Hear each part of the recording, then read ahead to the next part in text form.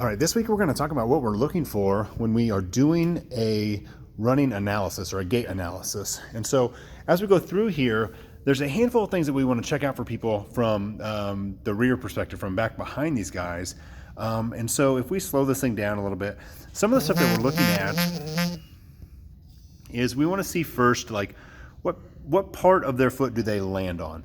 Are they heel strikers? Are they midfoot strikers? Or, as that goes through, are we looking at, we're looking at what goes on at their foot next. Okay, so if we move this forward in slow motion, how much collapse at the inside part of their ankle do they get? Do they have a pretty steep angle between their foot and and their knee up above here? So that's what we're looking at the foot and the ankle. What part of the foot lands? Do we get any kind of collapsing in through here?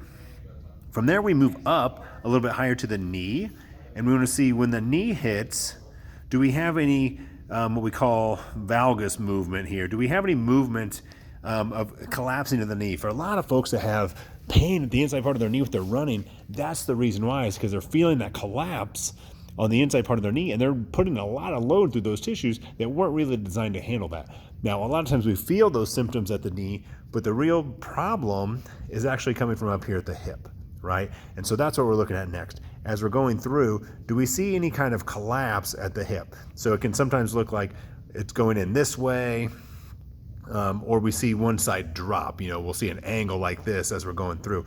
So that's what we're looking at next. As we're running through here, do we see anything going on, dropping at the hip?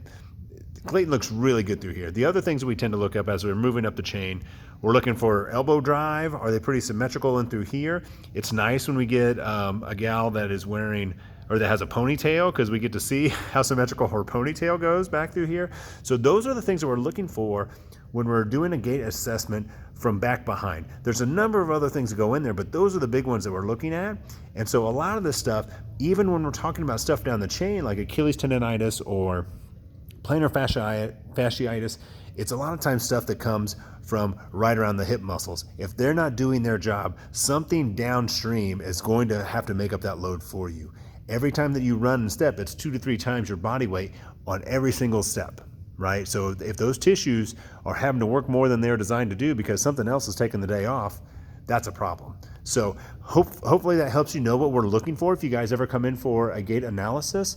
And if you keep your eyes out, we're gonna put a post out there for a special on gait analysis in the next couple of weeks or so. Thanks, guys, for checking this thing out.